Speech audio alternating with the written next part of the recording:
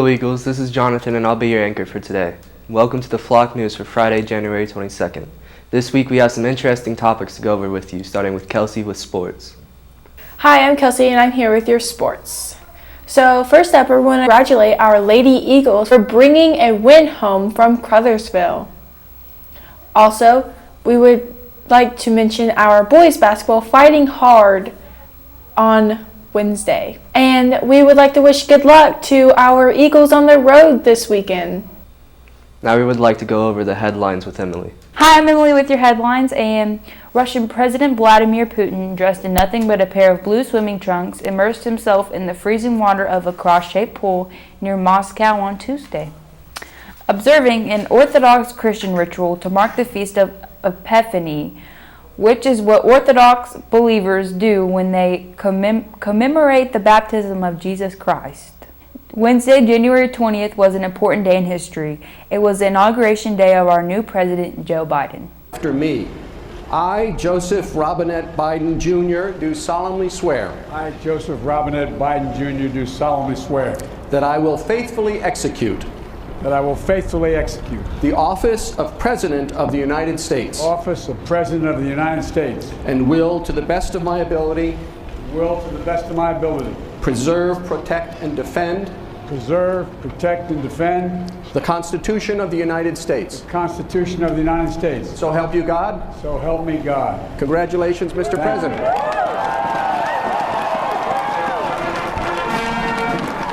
On Wednesday, President Joe Biden signed 17 executive orders in his first afternoon as president. Several of these were first orders signed by former President Trump, including an order to rejoin the World Health Organization and the Paris Climate Accord, end Trump's Muslim ban, and stop border wall construction. Thursday's actions focused mainly on the nation's COVID-19 federal response. Over 407,000 Americans have died in the pandemic. The state of Indiana has reported 1,000 new COVID-19 related deaths in just 18 days, bringing the state's total to 9,000 on Tuesday. And everyone get excited because we have standardized testing next Tuesday. I'm Emily. Thanks for tuning in on my headlines, and back to the anchor. Now with our first piece this week, we have Emily with coronavirus effects on the workplace. Hi, I'm Emily Evans and welcome back to WHAS News, and I'm here with Tom Hall, interviewing him about his work experience during coronavirus. So, can you tell me where you work at? Yes, I work for AVI Vending. It's Automated Vending Incorporated. They have vending supplies for a lot of factories in the area. So what effects has the coronavirus had on your job? Beginning in March, when things were really not too good, a lot of the factories were closed down, and so we had to reduce our workforce. So I took unemployment for 10 weeks, and then things started to pick up a little bit, so I got called back. Of course, now everyone has to wear masks, and a lot of the accounts I go to, I have to have my temperature taken and answer a questionnaire before I'm allowed in the building. It's a lot of safety involved and precautions. There for a while, it kind of affected my financial situation. Of course, I was able to draw unemployment, and the government surplus kicked in, so really, financial-wise, I really didn't suffer much compared, to somebody that lost their job. Assuming most people probably will take the vaccine, and I'm kind of waiting to see how that pans out here for a little while. I probably will more than likely get it myself sometime in the near future.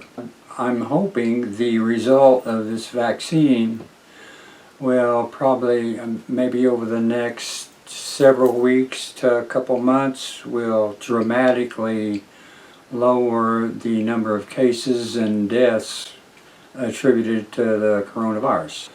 I can tell that over the past few weeks and few months that things are kind of getting back to normal as far as factory work. It looks like everybody's back to work, and I think eventually it will die down if all precautions are taken.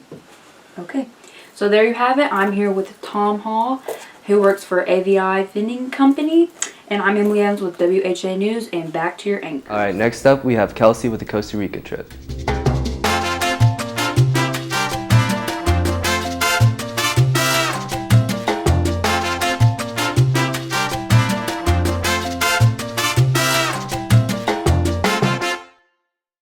I'm here with Miss Davis, and we're going to talk about the Costa Rica trip. So, what is the deadline to sign up for this trip? I believe you can sign up until March, like mid-March, right before spring break.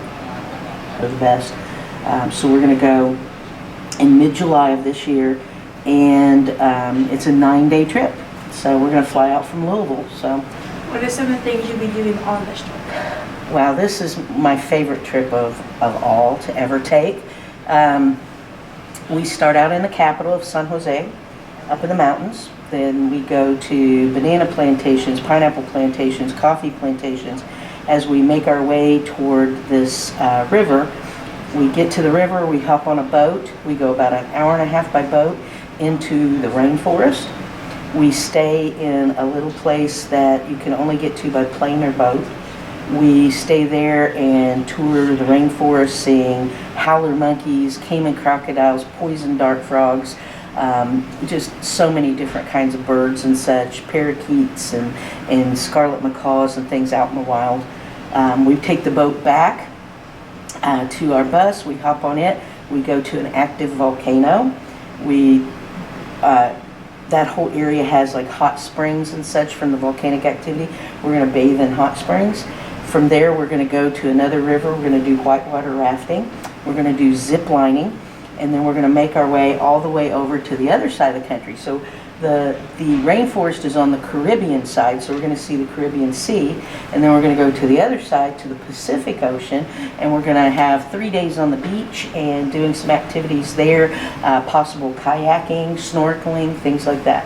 And then we fly home. So pretty awesome trip. Why do you think it's important for kids to go on this trip? I tell my students it's always important to travel. And if you can travel out of the country, that's just seeing more of the world, seeing things that you only have ever gotten to see on TV or a book or online, and now you're actually there experiencing it, and it is the most educational thing that you will ever do. And it's memorable, it's a life experience that for a lot of people it's a once-in-a-lifetime thing, and this trip promises a lot of great memories. Thank you. Next we have Empower with our very own Mr. Plass. I'm Ella. And I'm Brady.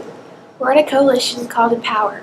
It is a youth-driven coalition that includes participation from both Scott County school districts. It is founded by Scott County youth who have the desire to improve our community's prevention work. They believe that the right tools to health, safe, drug-free lives can be encouraged. Our mission is to align youth with their community to create a powerful impact through prevention, health improvement, and positive relationships. All county youth ages 12 to 18 are welcome to join Empower. They can contact Melinda Lowry, Drug Free Communities Youth Coordinator, at melindaLowry@scottcountypartnership.org or 812-595-6213 for more information. And just in your own words, what is this group trying to accomplish in Scott County? Mainly just create more healthy relationships among the youth and get them more involved in the community. Yeah. Just to make our community better, and oftentimes kids don't get the voice to do that. So I think that's where you get to step in and empower.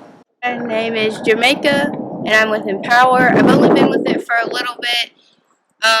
What first brought me into it was the resilience video, and it really helped me connect with other people in the community and know that I'm not the only one who's going through the same things, and also to hear other people's story and connect with how other people show their resilience and what they've went through their life. And it's just really helped me to find a support group to deal with that stuff. We also went to a meeting back right before Thanksgiving break where we learned about adverse childhood experiences, and although I did have to leave in the middle of it, I thought what I did get was very interesting to know, and I think that everyone, if they should get the chance to take that class, they should, because it was very interesting and informing to know all these different adverse childhood experiences and how other people deal with them and cope with them. Join Empower. And now we have Owen with the Parler update. Hello Eagles, my name is Owen and I'm here with another update on Parler. Social media network Parler was booted offline last week by Amazon Web Services for the lack of moderation on their network. Parler denied this request during a suing of Amazon. It was later predicted that the social media network would never return. Now it's being said that it will be up and fully running again by the end of the month, thanks to a Russian company who picked up the network.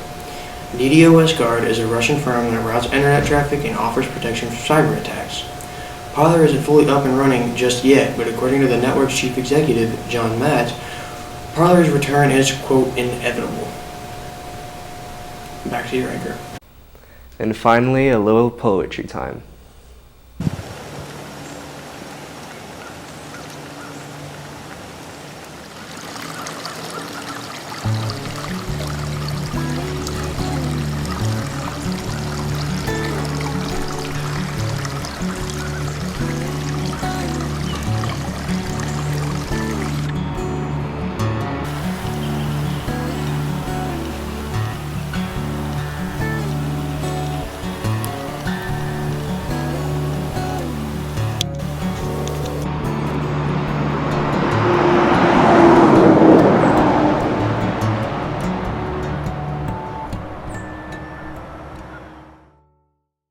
Seniors, remember to come on in to record your senior moments.